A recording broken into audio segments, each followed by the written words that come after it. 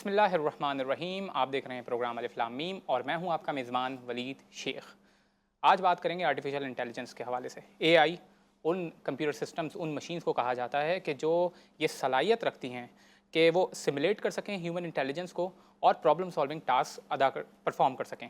और अब इसकी जदीद जो सब फील्ड्स पैदा हो रही है, जो जनरेटिव एआई है, जिसकी मदद से अब नया कंटेंट भी क्रिएट किया जा सकता है। टेक्स्ट, इमेजेस, म्यूज़िक, वीडियोस, ये तमाम चीज़ें नई क्रिएट की जा सकती हैं।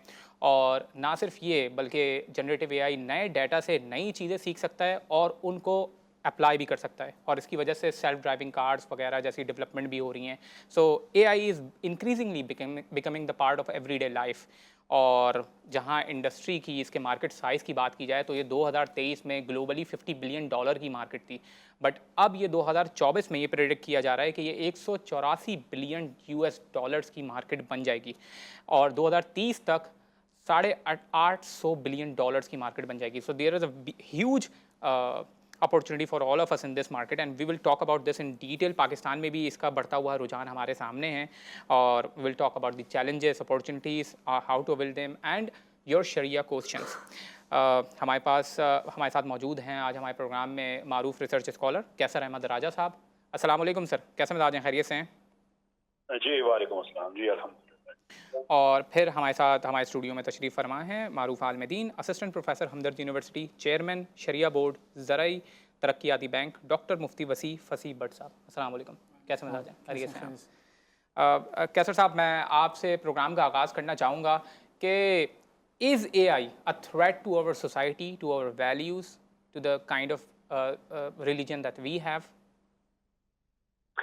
देखिए, जो भी एक माशरे में नई चीज आती है उसके इस्तेमाल करने वाले पे इस चीज का दारोमदार होता है कि उसका इस्तेमाल कैसे किया जाएगा। जैसे असलहा जो है वो यकीनन एक थ्रेट भी है और एट द सेम टाइम वो आपकी जिंदगी बचाने के लिए भी एक चीज है। और इसको आप बहुत प्रिमिटिव सोसाइटीज में चले जाएं, जब इंसान ने भी ये हाथ से हथियार औजार बनाना जब सीखे तो उसमें फिर लोहे को फोर्ज करना और तलवार बना लेना बहुत बड़ी एक इनोवेशन थी। तो उस वक्त भी एग्जैक्टली यही क्वेश्चन था कि क्या ये अब थ्रेट है या नहीं है। बिल्कुल ऐसे ही जब आग जो है जब उसको उस पर काबू पाना इंसान ने सीखा तो तब भी यही सवाल था। आज एआई में भी तो ये क्वेश्चन एक ऐसा है कि जब भी कोई चीज नई आती है सोसाइटी में, ग्राउंड ब्रेकिंग आती है, तो उसके साथ ये सवाल दोबारा जन्म दे देता है। लेकिन क्या वाकई ही ये थ्रेट है? मैं नहीं समझता ये थ्रेट है। हाँ, इसका इस्तेमाल कैसे किया जा सकता है ये एक अपनी जगह पे बहरहाल एक सवाल बहुत अहम है। अगर इसको हम सिर्फ इस तरह देखें कि हम इससे होमवर्क कैसे कर सकते हैं और यूनिवर्सिटी की असाइनमेंट्स इससे कैसे लिखवा सकते हैं, तो फिर जाहिर सी बात है कि एक थ्रेट है, इसलिए कि इल्मियत से पीछे रह जाएगी, सुस्त मिजाजी बहुत आगे आ जाएगी, तहकीक का जो जहन है वो बिल्कुल सुस्त हो जाएगा और कोई खातर खातर की नहीं हो। लेकिन इसके साथ साथ है कि अगर इसकी अच्छी कमांड सीखी जाए, इसकी जो असल यूजेबिलिटी है, इसकी जो असल स्किल है, जो इसकी महारत है, वहां तक पहुंचा जाए तो फिर बहुत सी चीजें तब्दील हो सकती हैं जिंदगी में। और थ्रेट से ज्यादा मैं इसको अपॉर्चुनिटी समझता हूँ इस हवाले से कि देखिए, हम में और वेस्ट में बहुत ज्यादा गैप रहा एक इल्मी एतबार से, रिसर्च के एतबार से। तो ये जो एआई के अब जो पर्टिकुलरली जो तहकीक का मैदान है, इसमें हम इस गैप को बड़ी तेजी के साथ कम कर सकते हैं। इसकी जो जो कमांड्स हैं उनकी इंजीनियरिंग को सीख के उसमें अपना हिस्सा डाल के बहुत बड़े माशरे में ऐसे कई प्रॉब्लम्स हैं हमारे, इंसानी रवैयों के हवाले से हो गए, बीमारियों की तशखीस के हवाले से हो गए, ये सब कुछ किया जा सकता है। लेकिन अगर एआई के सिर्फ हम सरफेस को स्क्रैच ना करें बल्कि गहराई में इसको समझने की कोशिश करें। दुरुस्त। मुफ्ती साहब, कैसर साहब हमारे साथ रहिएगा। मुफ्ती साहब से एक सवाल है और फिर जी आपकी तरफ मैं आऊँगा। मुफ्ती साहब, क्या आर्टिफिशियल इंटेलिजेंस के ज़रिए शरई और मजहबी मवाद हासिल किया जा सकता है? बिस्मिल्लाहिर्रहमानिर्रहीम। देखिए, एआई आर्टिफिशियल इंटेलिजेंस एक शायद वाहिद आर्टिफिशियल चीज़ है जिसको हम कहें तो इस्लाम में भी बड़ा इनकरेज किया जाता है, और मैं समझता हूँ कि ये एक बहुत बड़ी नेमत है हमें हासिल हुई है। लेकिन जैसे कैसे साहब ने फरमाया ना कि हम इसको पॉजिटिव यूज़ करें और इसको सही तरह लर्न करें। अभी जब मैं गूगल से एक कोर्स कर रहा था एआई के ऊपर, तो मैंने ये लर्न किया कि एआई जो है ना वो बिग डाटा को कहते हैं और मशीन लर्निंग है, जिसकी बुनियाद पे जैसा डाटा इसको इनपुट मिलेगा वैसा ही इसका आउटपुट मिलेगा। तो और इसीलिए यहाँ पे कॉन्सेप्ट दिया जाता है ह्यूमन इन लूप का, कि ह्यूमन की सुपरविजन में हो, क्योंकि डाटा बायस भी आ सकता है और डाटा इनएक्यूरेट भी आ सकता है।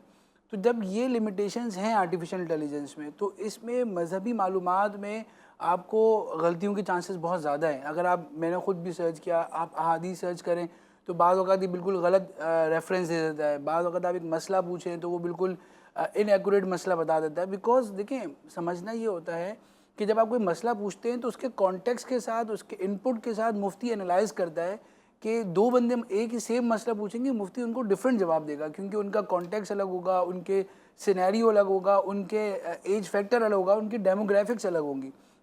इसी को बसीरत कहते हैं, जो अभी एआई के पास नहीं है, क्योंकि वैसे भी डाटा उसके पास कम है और इस्लामिक डाटा तो उसके पास इनपुट और कम हुआ है।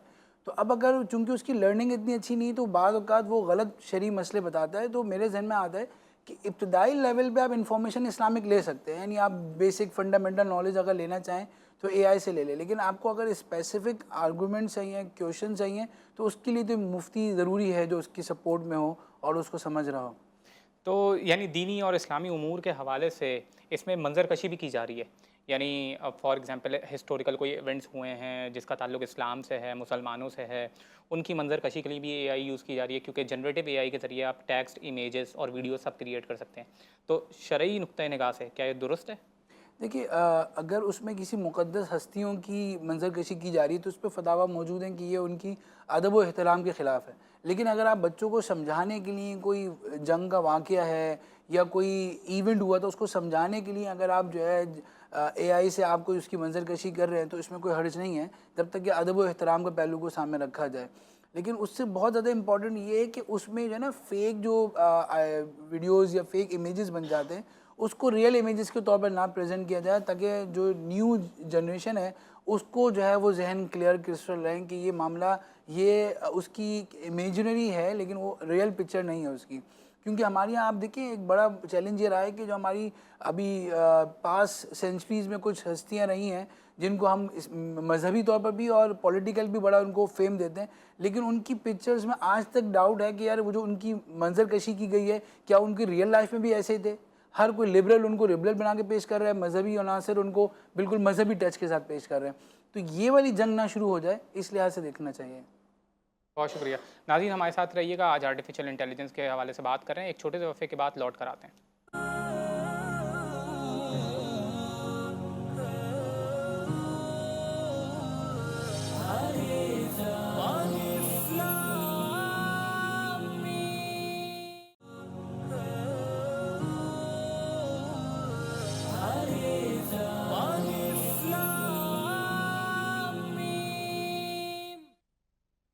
खुशामदीद नाज़रीन, आज हम बात कर रहे हैं आर्टिफिशियल इंटेलिजेंस के हवाले से, उसकी शरई हैसियत, उसके इस्तेमाल के हवाले से। हमारे साथ मौजूद हैं मुल्क के नामवर रिसर्च स्कॉलर कैसर अहमद राजा साहब। सर, आवाज़ आ रही है आपको मेरी? जी जी, आ रही है। अब सर, जो आपको पता है कुरान, अब आजकल क्योंकि सोशल मीडिया का दौर है, तो कुरान, अहादीस, ये तमाम चीज़ें, इन चीज़ों का मवाद जो है सोशल मीडिया पे शेयर किया जा रहा होता है और बिना वेरिफिकेशन की किया जा रहा होता है। ख़ास तौर पे लोग जाते हैं चैट जीपीटी के ऊपर और कुछ भी टॉपिक जो उनके जहन में आ रहा होता है उसके हवाले से हदीस जो है वो वहाँ पे लिखते हैं, उस इंक्वायरी डालते हैं और फिर उनको जो भी जवाब आता है वो वहाँ पे शेयर कर देते हैं। तो इस हवाले से क्या चैलेंजेस आ रहे हैं?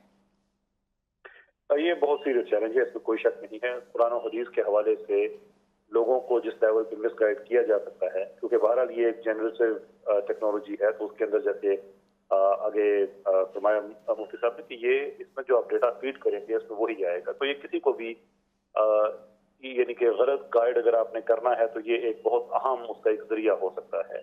इसमें जो थ्रेट्स हैं वो उन इस्लामोफोब्स की तरफ से हैं जो इस्लाम की गलत पिक्चर पेश करते हैं। इसमें जो एक कादियानी एक कोशिश रहती है, पहले भी गूगल के प्ले स्टोर वगैरह पे इस तरह का कंटेंट उनकी तरफ से आया, तो ये उसमें थ्रेट्स हैं, इसमें कोई शक नहीं है।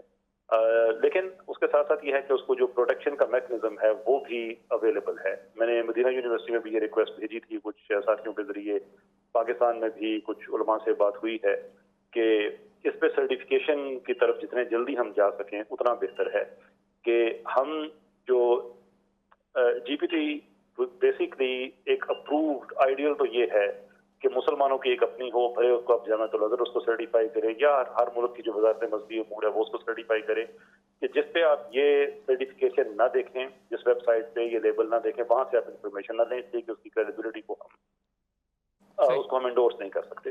तो बहरहाल इस्लाम में एक बहुत रिच ट्रेडिशन है 1400 साल से सर्टिफिकेशन का, जो कि जनाब रिसालत महमद सल्लल्लाहु अलैहि वसल्लम तक जाता है। तो ये उसके अंदर एक एडिशन है, तो क्योंकि एक नई चीज़ है तो हमें भी फिर इस आईने नौ के साथ साथ चलना होगा। कर्जे कोहन पे हम नहीं अड़ सकते कि जो डिजिटल सर्टिफिकेशन है, जो अपनी वेबसाइट्स हैं, जो अपनी जनरेटिव टेक्नोलॉजीज हैं, वो हम स्टार्ट शुरू कर दें, ताकि उसके बाद ये सनद रहे कि जो ये क्रेडिबल वेबसाइट्स हैं, इंडोर्स्ड हैं, आपने अगर यहाँ से इंफॉर्मेशन ली है तो आपको एतमाद हो सकता है कि ये ठीक है, कहीं और से ली है तो आप ना लें। और कहीं से अगर आपको कोई ऐसी वेबसाइट पे जाते हैं जहाँ पे ये सर्टिफिकेशन या एंडोर्समेंट नहीं है, तो इंसान के लिए भी बेहतर है कि उसको पता चल जाता है कि मैं यहाँ अगर ना मैं इस पर फर्क करूँ तो मेरे लिए भी बेहतर है। दुरुस्त। कैसर अहमद रज़ा साहब, एक और एआई से रिलेटेड सवाल ये जहन में आ रहा है कि रसूल अकरम सल्लल्लाहु अलैहि वसल्लम का जो आखिरी खुतबा था, उस हवाले से भी ये बातें गर्दिश कर रही हैं सोशल मीडिया के ऊपर कि अब जनरेटिव एआई से रसूल अकरम सल्लल्लाहु अलैहि वसल्लम का जो आखिरी खुतबा था वो भी कैप्चर किया जा सकता है, उन वॉइस को भी कैप्चर किया जा सकता है। इसकी क्या हकीकत है? नहीं, मेरे पते में तो ये मुमकिन नहीं है। भारत साइंस इंसान को हैरान कर देती है। मैंने इस पे कंटेंट अपना प्रोड्यूस किया है कि जो दुनिया में टेक्नोलॉजी ऐसी मौजूद है आवाज़ों को कैप्चर करने वाली, उसके लिए इंतहाई सोफिस्टिकेटेड इक्विपमेंट चाहिए, कैमरा चाहिए ऐसा कि जो उस वक्त वहाँ पे गुफ्तगू होती है गुफ्तगू को सुने, और वो आम कैमरा भी नहीं, बहुत ही हाई प्रोफाइल कैमराज हैं। और उसके बाद फिर ये होता है कि आवाज़ का जो इरताश है, वो जो मुख्तलिफ सरफेस पे सतहें हैं, मेज़ की सतह है या वहाँ पे अगर कोई लिफाफा पड़ा है, कोई ऐसी चीज़ पड़ी है, तो वो जो इसका इरताश उस पर पड़ता है तो आप कैमरे से उसको कंट्रोल कैप्चर करते हैं और उसके बाद आप उसकी तशरीह करते हैं कि यहाँ पे क्या कहा गया। ये मुमकिन है, लेकिन उसके लिए बहुत ज़रूरी है कि आप वीडियो से पहले उसको कैप्चर कर चुके हों, ये ज़रूरी है। अब 1400 साल पहले कोई यानी कि एक ऐसी जगह पे जहाँ पे आप उसको एलिमेंट से आप जुदा भी नहीं कर सकते, ओपन एनवायरनमेंट हो, तादाद सहाबा की मुख्तलिफ रवायात हैं, 1 लाख से लेकर 1,44,000 तक जाती हैं। तो वहाँ पे मेरे इल्म में कोई ऐसी टेक्नोलॉजी नहीं है जो उस खुतबे को कैप्चर कर सके, रीजनरेट कर सके। तो मैं पॉजिटिवली कॉन्फिडेंट हूँ कि ये जो खबर है ये गलत है। ये गलत है। ठीक है मुफ्ती साहब, मैं चाहूँगा कि खुतबे और तिलावत में मसनूई ज़हानत का इस्तेमाल करते हुए, ये आर्टिफिशियल इंटेलिजेंस का इस्तेमाल करते हुए मसनूई इमाम और मसनूई तिलावत, इस हवाले से शरीयत क्या कहती है? देखिए, तिलावत तो हम अभी भी रिकॉर्डेड सुनते हैं, तो उसमें तो कोई कबाहत नहीं है, बल्कि आप अपनी तिलावत को बेहतर करने के लिए भी कर सकते हैं। एआई के अंदर एक टेक्नोलॉजी है जो अभी बहुत ज़्यादा कंफर्म नहीं हुई है, उसमें चांसेस हैं कि आपकी जो है ना तिलावत को सुन के वो रेक्टिफाई इमिटेट करती है। इमिटेट करें, और वो बताती है कि आपकी जो तिलावत है उसमें क्या मिस्टेक्स हैं। उसमें भी अभी हमारी कुछ एआई के एक्सपर्ट से बात हो रही है कि किस तरह जो है ना हम उसको 100% रेक्टिफाई करें, क्योंकि अभी तक उनकी इन्फॉर्मेशन के मुताबिक 90% एक्यूरेसी तो आ गई है, लेकिन मसला है कुरान मजीद के अंदर 10% एक्यूरेसी का गलत होना भी बहुत बड़ा मसला है कि अगर एक ज़रा सा हर्फ भी उसने आपको गलत बता दिया तो आप ज़िंदगी भर मिस्टेक करते रहेंगे। तो उस पर काम होना बाकी है। दूसरी जहाँ तक बात है खुतबे की बात है, तो खुतबा को अगर डेवलप करना है या आपको खुतबे, जैसे हम भी अपनी स्पीच में जाते हैं तो हम एआई पे, चैट जीपीटी पे और दूसरे जेमिनाई हैं और दीगर ओपन सोर्सेज हैं, उनसे आप मवाद तो एक स्कॉलर ज़रूर ले सकता है, क्योंकि उसको मालूम होता है कि यार ये जो हदीस पेश कर रहा है वो गलत पेश कर रहा है, कमज़ोर पेश कर रहा है। तो एक स्कॉलर तो ले सकता है अपना खुतबा डेवलप करने के लिए, बहुत अच्छा मवाद आ जाता है। आप लिखेंगे जुम्मे का मुझे जो है 30 मिनट का लेक्चर बना दो, वो आपको पूरा लेक्चर बना देगा। लेकिन पिक एंड चूज़ आपने उसमें करना होगा कि ऑथेंटिक चीज़ क्या है, अनऑथेंटिक क्या है। लेकिन एक लेमैन के लिए मैं समझता हूँ कि अभी वो उस लेवल पे नहीं है, और उसमें बहुत सारी चीज़ें वो गलत भी इंडक कर देता है अपनी लिमिटेशंस की वजह से। तो उस लिहाज से एक स्कॉलर्स के लिए एक बड़ी हेल्पफुल टूल है, और बुक्स लिखी जा सकती हैं, उसमें आप रिसर्च कर सकते हैं। तो एक नेमत है जिसको अगर आप बहुत ही केयरफुली यूज़ करें तो आप इसको इस्तेमाल कर सकते हैं। बहुत शुक्रिया। अच्छा, एक और जहन में ये सवाल आ रहा है कि ख़ास तौर पे मुसलमानों का एक रवैया है कि जो भी नई चीज़ सामने आती है उसके हवाले से उनका एक रद्द-ए-अमल होता है, और वो चाहते हैं कि रेजिस्ट करें उस नई चीज़ को और ये साबित करें कि नहीं, ये इस्लाम के ख़िलाफ़ ही है ज़रूरी तौर पे। ये इस हवाले से क्या सर कहेंगे? भाई, ये माइंडसेट मुसलमानों का शायद नहीं है, बल्कि आप देखिए जो यूरोप में लोग हैं मुसलमान हैं वो तो बड़ा अडॉप्टिव होते हैं। जी। ये हम लोग चूँकि एक हद तक गुलामाना जहन में रह चुके हैं और कॉलोनी में रह चुके हैं, तो हम लोग हर चीज़ को साजिशी अनासर के तौर पर देखते हैं। लेकिन वैसे मैं देखूँ, अगर आप एक किताब है मुफ्ती तकी उस्मानी साहब की, इस्लाम एंड मॉडर्निज़म, उसमें उन्होंने इसको प्रूफ किया है कि हुजूर सल्लल्लाहु अलैहि वसल्लम ने भी उस दौर की जदीद टेक्नोलॉजी को अडॉप्ट किया, सहाबा इकराम ने वॉर की जदीद टेक्नोलॉजी को अडॉप्ट किया, और आप सल्लल्लाहु अलैहि वसल्लम ने नई चीज़ें सीखने को अप्रिशिएट किया, सहाबा इकराम को यहूदियों की ज़बान सीखने को अप्रिशिएट किया, और ख़ुद कुरान करीम ने कहा कि जितनी ताकत तुम जमा कर सकते हो जमा करो, सही। और इसके अलावा एक बड़ी अहम टर्म है जो आपको नोट करनी चाहिए कि वल्लाहु युहिब्बुल मुहसिनीन। मोहसिन का मतलब क्या होता है? हर चीज़ को एक्सेलेंस से करने वाला। अब मैं समझता हूँ कि आजकल बिजनेस, पॉलिटिक्स और अपनी दीनी काम भी एआई की हेल्प के बगैर आप एक्सेलेंस के साथ नहीं कर सकते, क्योंकि जितना वो एफिशिएंसी के साथ आता है, जितना आपको वो फास्ट रिसोर्सेज देता है, आपके पास मैनुअल नहीं हो सकता। तो एक्सीलेंस का एक बड़ा एलिमेंट ये भी होगा कि एक मुसलमान अपने कामों के अंदर एआई को पॉजिटिवली यूज़ करे तो वो मोहसिनीन में शामिल होगा। तो इस तनाजुर से अगर देखा जाए तो एआई हमारे लिए खादिम है और हमारे लिए दीनी कामों के अंदर भी बड़ी मुआविन हो सकती है। आप उसमें एआई के ज़रिए किबला डायरेक्शन में हेल्प ले सकते हैं, एआई के ज़रिए अपनी जो है वो अपनी बहुत सारी, जैसे अभी बीमारियों के अंदर एआई इस्तेमाल हो रहा है, आप अपनी हेल्थ को बेहतर करने में इस्तेमाल कर सकते हैं। आप अपनी जो है वो डेली अस्कार के अंदर एआई को इस्तेमाल कर सकते हैं कि यार मुझसे अस्कार कितने दिनों में कब छूट जाते हैं, कौन से मामूलात छूट जाते हैं।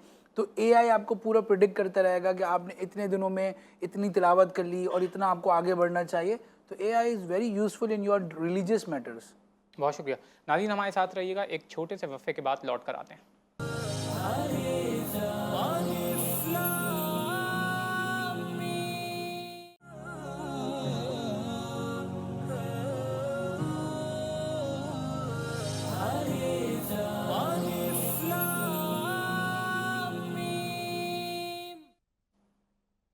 खुशामदीद नाज़रीन, आज हम बात करें आर्टिफिशियल इंटेलिजेंस और उसकी शरई हैसियत, उसके इस्तेमाल के ऊपर। हमारे साथ मौजूद हैं मुल्क के नामवर रिसर्च स्कॉलर कैसर अहमद राजा साहब।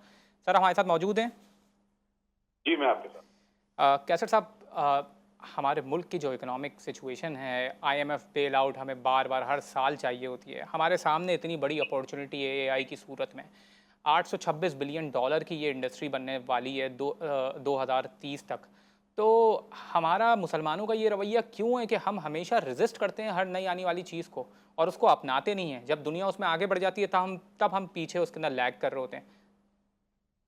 देखिए ये रवैया मैं नूफ़ी साहब से मैं इत्तेफाक करूंगा, ये एक्सक्लूसिवली हमारा रवैया नहीं है, ये इंसान की नेचर है। और वो अगर है भी तो उसका ताल्लुक हम मुसलमानों से नहीं है। मैं आपको उसकी दो मिसालें दे देता हूँ कि एक तो जो मैं कहता हूँ कि ये इंसान की नेचर है। देखिए आइंस्टाइन ने अपनी जो उसकी थियरीज थी रिलेटिविटी की, उसमें उसने कॉस्मोलॉजिकल कांस्टेंट को महज इस डर पे शामिल किया था कि उस जमाने के जो एथियस्ट साइंटिस्ट हैं वो कहीं माइंड ना कर जाएं कि नई चीज है उसको वो रिजिस्ट करेंगे, तो उनसे बेसिकली लिटरली आप कह रहे कि साइंस पे सौदेबाजी करके कॉस्मोलॉजिकल कांस्टेंट का। और मैं आपको कई एग्जांपल दे सकता हूँ कि जब साइंस की दुनिया में कोई नई चीज आती है जो इस्टेब्लिश्ड साइंटिफिक पैराडाइम से इख्तलाफ रखती है तो उसको रेजिस्ट किया जाता है, उसको बुरा कहा जाता है, बहुत कुछ होता है। वो हमारा मजमून नहीं है, इसलिए उसकी तफसीलात में नहीं जाऊंगा, लेकिन एग्जाम्पल इसलिए दे रहा हूँ कि ये इंसानी रवैया है। बाकी जो हम मुसलमानों का आप कह रहे हैं, देखें हम बहुत से हमारी पॉलिसीज बनाने वाले ऐसे हजरात हैं, बल्कि मुझे ये कहना चाहिए कि हमारी पॉलिसीज बनाने वाले वो हजरात नहीं हैं जो हमें इस्लाम पढ़ाते हैं। अब देखिए पंजाब गवर्नमेंट में कुछ अर्सा पहले ये एक इनिशिएटिव लिया गया कि बच्चों को कोडिंग पढ़ाई जाएगी। अब सुन के बड़ा अच्छा लगता है कि बच्चों को कोडिंग पढ़ाई जाएगी, लेकिन अगर आप वो कंटेंट देखें तो भाई इस जमाने में अगर आप एआई में जा रहे हैं तो आप उनको पाइथन पढ़ रहे हैं, वो कोडिंग जो कि एआई में काम आती है, वो प्रिमिटिव कोडिंग जो कि अब पूरी दुनिया में खत्म हो रही है। Up to 100,000 people from every million, तकरीबन 10% जो कोडर्स हैं ऑलरेडी वो अपने जॉब्स लूज कर रहे हैं इसलिए कि वो प्रिमिटिव टेक्नोलॉजी है। अब अगर हमारी जो तालीम का महकमा है पंजाब का, वो ये पॉलिसी बना रहा है कि बच्चों को वो लिटरली आईटी के कॉन्टेक्स्ट में बात की जाए तो पत्थर के जमाने में धकेल रहा है और इसका इल्जाम हम लगा दें किसी मदरसे पे या मस्जिद पे, तो ये भी कोई ठीक बात नहीं है। हमारे पॉलिसी साजों को सोचना चाहिए कि दुनिया कहाँ जा रही है। बहुत बड़ी अपॉर्चुनिटी है पाकिस्तान में, इसको अवेल किया जा सकता है। जैसे ये ई सहूलत, मैं चाहता हूँ ई सेंटर्स वगैरह जो बने हुए हैं बच्चों के लिए, उसके अंदर ऐड ऑन किया जा सकता है।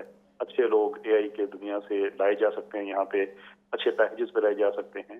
एक अच्छा 5 साल का, 8 साल का, 10 साल का एक मंसूबा बनाया जा सकता है कि पाकिस्तान के वाकई ही इकोनॉमिक रूल्स हमारी सारी खत्म हो सकते हैं अगर एआई को हम अच्छे तरीके से इस्तेमाल करें, लेकिन वो ना करें और इल्ज़ाम जो है वो स्टैंडर्ड मुसलमान पे को दे दें, तो मेरा ख्याल है कि ये भी कोई मबनी पर इंसाफ बात नहीं है। ये मैं आपको नहीं कह रहा, ये अब जो अमूमी तबसरा है मैं उसकी बात कर रहा हूँ। यानी माशरे में इसके ऊपर कोई नेगेटिव असरात मुरतब नहीं होंगे, ये हमारे ऊपर डिपेंड करता है कि हम एआई को किस तरह से यूज़ करें। देखिए, बिजनेस में एक मुहावरा है कि latest time by which you can afford to change is with the time, कि जो आखिरी तरीन टाइम है ना आपका, जब बिल्कुल आप मिस कर चुके हैं हर चीज, तो चेंज होने का जो आपके पास सबसे आखिरी अपॉर्चुनिटी है वो ये है कि आप वक्त के साथ तब्दील हो जाएं। यानी आइडियली आप वक्त से थोड़े से आगे होने चाहिए। तो हमारा नुकसान बहुत ज्यादा होगा अगर हमने इस अपॉर्चुनिटी को अवेल ना किया, या इसको अगर हमने महदूद रखा सिर्फ यूनिवर्सिटी के असाइनमेंट्स करने की हद तक, या सिर्फ इसको हमने महदूद रखा छोटे मोटे मैथ के सवाल हल करने तक, तो फिर तो ऑफकोर्स ये मसला होगा। लेकिन ये जो हमें अपॉर्चुनिटी फराहम करती है, ये मतलब अनराइवल्ड है और अनप्रेसिडेंटेड है। अगर आपने और बात पे पीछे डेटा भी आ जाती है कि मिसाल के तौर पे अगर हमारे पास जो मुतरादफात कुरान हैं जो पुराने लिखे हुए हैं, हलाल एक्सट्रीम फॉर एग्जांपल, उनके जो अस्यूम सिनोनिमस हैं, वो अगर डेटा हम इसमें फीड कर देते हैं, उसके सारे जितने मानी मफाहीम मतालिब जितने हैं क्लासिकल, वो उसके अंदर फीड करते हैं। फिर हमारे पास साइंटिफिक पेपर्स जो पब्लिश हुए हैं, उसके अंदर हम देखते हैं कि यहाँ कहाँ से अंदर मुमासलत नजर आती है। तो हमारा रिसर्च का काम, can you imagine, that could be a paradigm shift, कि कुरान के हवाले से जो कॉस्मोलॉजिकल इंफॉर्मेशन है, जो बायोलॉजिकल है, जो केमिकल है, हम उसको बड़े कम वक्त में दुनिया को बड़े अच्छे बेहतर तरीके से समझा सकते हैं, खुद समझ सकते हैं। पर इट्स ऑल अबाउट हम इसे कैसे यूज करते हैं। देखें, पानी बड़ी अच्छी चीज होती है, लेकिन सिर्फ उस वक्त जब उसे इस्तेमाल किया जाए। तो घर के कोने में पड़ा हुआ हो तो कोई अहमियत नहीं है। तो ये एआई जो है ये पानी की तरह है, इसे आप पौधों को देंगे तो आपका पौधा बढ़ेगा, इसे आप पिएंगे तो आपकी हेल्थ बेहतर होगी, इसे नहाएंगे तो आपको तहारत मिलेगी, इसे चाय बनाएंगे तो आपको एक मशरूब मिलेगा, या आप रखने कोने में तो फिर कुछ भी नहीं मिलेगा। बहुत शुक्रिया कैसर साहब। मुफ्ती साहब, थैंक यू। एक और सवाल जो एआई के हवाले से जहन में आ रहा है वो ये कि क्या आर्टिफिशियल इंटेलिजेंस में क्या कंप्यूटर्स के अंदर इंसानी महारत का मलका पैदा करना, क्या इसमें कोई शरई कबाहत तो नहीं है? देखिए, अल्लाह ताला ने जो कायनात बनाई है हमारी ये खिदमत के लिए बनाई है, और इंसान को मखदूम कायनात बनाया है। तो कोई भी चीज़ जो आपकी सर्विस के लिए आ जाए वो वेलकम है, अल्लाह ताला ने मुसख्खर की है। तो रोबोट्स भी एक टेक्नोलॉजी है, रोबोट्स भी एक मखलूक है अल्लाह ताला की, जो इंसान की खिदमत के लिए आ सकता है। और उसमें हाँ यकीनन इमोशंस वो आप नहीं ला सकते जो इंसान के होते हैं। उससे उकूद और कॉन्ट्रैक्ट्स वो वाले लेवल के नहीं हो सकते यकीनन, कि आप जो अब गॉड फॉरबिड हमें वेस्ट में आप देखेंगे बहुत सारे लोग जो है ना वो मैरिजेस कर रहे हैं एआई के साथ और उनकी रोबोट्स के साथ, और वो रिलेशन रख रहे हैं जो एक अपोजिट जेंडर के साथ रखा जाता है, वो अनएथिकल है। वो एक इंसान का इंसान के साथ ही हो सकता है। अल्लाह ताला ने जो अज़दवाजी ताल्लुकात और वो बात की है वो हमेशा इंसानी जेंडर के साथ की है, तो वो हम लिमिट तक रखें। लेकिन अगर हमारे सपोर्ट के लिए एआई बेस आपकी कार होती हैं जो बगैर ड्राइवर के गाड़ी चला रही हैं, बगैर ड्राइवर के जहाज़ आ रहे हैं, तो वो आप इस्तेमाल कर सकते हैं। मैप्स के थ्रू आप, हम वैसे भी कहीं पे भी जाते हैं तो मैप के थ्रू ही हम पहुंचते हैं यहाँ पर, तो एआई को आप इस्तेमाल कर रहे हैं। रोबोट्स हैं जो आपके पास अब होटल्स में इंटरनेशनली जो है होटल में सर्व जो है रोबोट कर रहे होते हैं, वो बेहतर खिदमत अंजाम दे रहे होते हैं, क्योंकि उनको पता है आपकी क्या प्रेफरेंस है, किस वक्त आपको पानी चाहिए। आपके दरवाजे पर नॉक होगा, रोबोट खड़ा होगा, वो आपके लिए पानी लाया होगा, सब चीज़ें लाया होगा। तो ये खिदमत लेना बिल्कुल जायज़ है, मुबाह है, और इनको इस्तेमाल करना चाहिए। इससे यकीनन एक थ्रेट तो पैदा होता है कि बहुत से लोग कहते हैं कि इंसानों की जॉब्स ख़त्म हो जाएंगी, लेकिन मैं हमेशा ये कहता हूँ कि एआई आपकी जॉब नहीं खाएगा, वो इंसान आपकी जॉब खा लेगा जो एआई को जानता होगा। तो इंसान ही आपकी जॉब को खाएगा अगर आप एआई के लिहाज से अपडेटेड नहीं है। तो आपको अप टू द पार होना पड़ेगा, ज़माने के साथ चलना पड़ेगा। जैसे आज कोई दौर में कोई टाइप राइटिंग सीखे तो उसका कोई स्कोप नहीं है, इसी तरह एक वक्त आएगा जो एआई के बगैर जो भी बंदा होगा उसका कोई स्कोप नहीं होगा। तो उसको जो है ना अपने आप के अलावा किसी और को मलामत नहीं करना होगा, बल्कि उसको ज़माने के साथ ना चलने पर अपने आप को ही मलामत करना होगा। तो अल्लाह ताला ने हर एक की रोज़ी का वादा किया हुआ है, लेकिन अल्लाह ताला भी बैठे बिठाए नहीं देते, बल्कि अल्लाह ताला ने हमें हुक्म दिया है स्ट्रगल करने का, सीखने का हमें हुक्म दिया है। तो इसीलिए अगर हम एआई को सीखेंगे तो हम दुनिया में ज़्यादा अच्छा अर्न कर सकेंगे। आज छोटे छोटे बच्चे एआई के ज़रिए बहुत ज़्यादा अर्न कर रहे हैं जो शायद उनके वालिदैन भी इतना अर्न नहीं कर पा रहे। तो वो इसी वजह से कि उन्होंने टेक्नोलॉजी को अडॉप्ट किया। हम थर्ड वर्ल्ड कंट्री में हम अक्सर रिसोर्सेज का शिकवा करते हैं, हालांकि मैं समझता हूँ एआई के बाद हमें अल्लाह की नेमत की शुक्रगुजारी बढ़ा देनी चाहिए कि वो रिसोर्सेज हमारे पास आ गए हैं जो एक डेवलप कंट्री में किसी के पास होते हैं। आखिरत में हमसे इस नेमत के बारे में सवाल होगा कि इस नेमत के होते हुए भी तुम जॉबलेस थे, इस नेमत के होते हुए भी तुम अर्न नहीं कर रहे थे, तो फिर तुम्हें अपने अलावा किसी और को मलामत नहीं करना चाहिए। बहुत खूब। नाज़रीन, मैं बहुत शुक्रगुज़ार हूँ कैसर अहमद राजा साहब का कि उन्होंने अपना कीमती वक्त हमारे इस प्रोग्राम के लिए निकाला और मुफ्ती वसी साहब के वो हमारे स्टूडियो में तशरीफ़ लेकर आए। और इस प्रोग्राम का मकसद यही था कि आप पाकिस्तान की इकनॉमिक हालत देख रहे हैं कि हम दिन ब दिन ये IMF बेल आउट के लिए $1 बिलियन, $2 बिलियन के लिए हमें हाथ फैलाने पड़ते हैं। और ना सिर्फ ये कि अब IMF बेल आउट, बल्कि IMF बेल आउट के लिए हमें मुख्तलिफ क्रेडिटर्स, यानी अब क्रेडिटर्स का भी एक हजम हो गया है हमारे पास। कभी हमें कमर्शियल बैंक्स पे जाना पड़ता है, कभी GCC कंट्रीज़ में जाना पड़ता है। तो हमें सिर्फ और सिर्फ चंद बिलियन ऑफ डॉलर्स के लिए दूसरों के आगे हाथ फैलाने पड़ते हैं। मगर अगर आप, जैसे हमारा पिछला प्रोग्राम जो हमने ई-कॉमर्स के ऊपर किया था और हमने बताया कि वो आइंदा आने वाले 5 से 6 सालों के अंदर $48 ट्रिलियन की इंडस्ट्री बनने वाली है। अभी वो $19 ट्रिलियन की, यानी इतनी बड़ी अपॉर्चुनिटी है ख़ुद पाकिस्तानियों के लिए। हमने AI की बात की तो AI की इंडस्ट्री आइंदा 5 से 6 सालों के अंदर $826 बिलियन की इंडस्ट्री बनने वाली है। अभी सिर्फ और सिर्फ $200 बिलियन से भी कम है। तो लिहाजा पाकिस्तानियों के लिए बहुत बड़ी अपॉर्चुनिटी है कि हम ज़र मुबादला मुल्क का बढ़ा सकते हैं। इन स्किल्स को सीखें। पाकिस्तान में इन स्किल्स को सीखना बहुत सारे इंक्यूबेशन सेंटर्स फ्री भी करवा रहे हैं ये, और चंद पैसों में भी ये बहुत अच्छे स्किल्स पाकिस्तानी सीख सकते हैं। और इसके ज़रिए हम ज़र मुबादला और तरसीलात ज़र में के ज़खायर में बहुत ज़्यादा मुस्तहकम भी कर सकते हैं, बहुत ज़्यादा इजाफा भी कर सकते हैं। तो फिर किसी नए मौजू के साथ आपके सामने हाजिर होंगे। तब तक के लिए अपने मेज़बान वलीद शेख को दीजिए इजाज़त।